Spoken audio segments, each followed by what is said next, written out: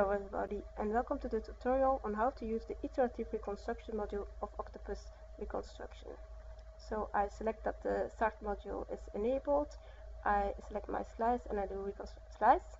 I have several parameters available. One of them is a relaxation parameter which determines how fast the solution converges. If I increase it, my reconstruction time will decrease and the solution will converge faster. Decreasing it will result in a smoother result and a slower conversion. That is why I increase my number of iterations, which is how many times each projection image is used. So I see by increasing it I get a good result. However, the result was also good with a higher relaxation and a lower reconstruction time. So I choose that. The ray step size determines how much every grid point contributes to the total sum of the rays. Decreasing it will increase the accuracy of the sampling, but it will also increase reconstruction time. As a result, it's good with a higher value. I choose a higher value. The field of view padding reduces the artifacts introduced by truncating the data by extending the reconstruction volume outside the field of view of the detector. I can see that I get some artifacts if I reduce it, so I always leave it at a couple percent.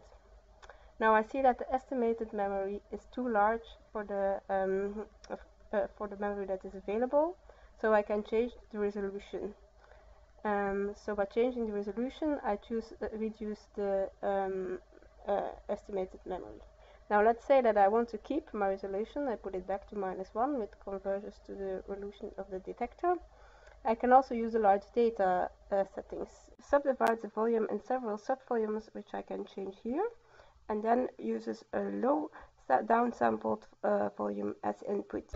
I can also change the percentual overlap of these regions here. I can put that a bit lower, and in this way I can reconstruct my entire volume on full resolution with the lower estimated memory. An important thing is that fan beam is used for single slice reconstruction. So this is parallel beam, so that won't have an impact. But for cone beam, single slice reconstruction far from centers may appear to have artifacts. Of course, it's not the case for the full reconstruction. We advise you to use the prompt rescaling method because there has been a small bug in the after rescaling method. And I hope this tutorial has been useful for you. Goodbye.